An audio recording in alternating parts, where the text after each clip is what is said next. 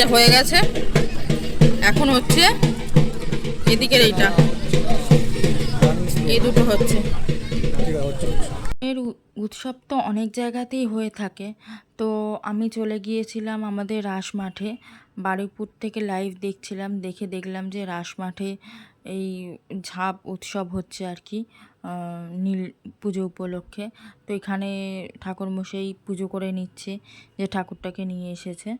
তো এরপর শুরু হবে ঝাঁপ। প্রথমবারের ঝাঁপটা কিন্তু হয়ে গেছে, আর সকাল থেকে কিন্তু অনেকবারই ঝাঁপ হয়েছে। তো প্রত্যেকবারটা দেখতে পারিনি, এইবারটায় কিন্তু খুব ভালো মতনভাবে দেখব। আর অনেক ছোটোবেলায় ঝাঁপ দেখেছিলাম, আর বড় হয়ে আর ওই ঝাঁপ দেখা হয়নি, কোথাও যাওয়াও হয়নি দেখার জন্য।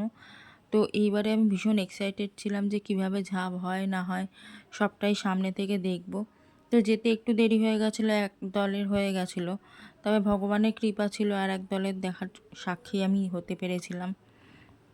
তো যাই হোক, এখন সব ওনারা তৈরি হচ্ছেন, ঝাঁপ শুরু হবে বলে, এখনও শুরু হয়নি।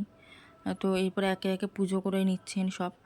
আর মাঠে কিন্তু বেশ ভিড় ছিল, আর কালকে খুব হাওয়াও দিচ্ছিল, খুব মানে কষ্ট হয়নি গরমে একটু আমাদের, জানেন তো।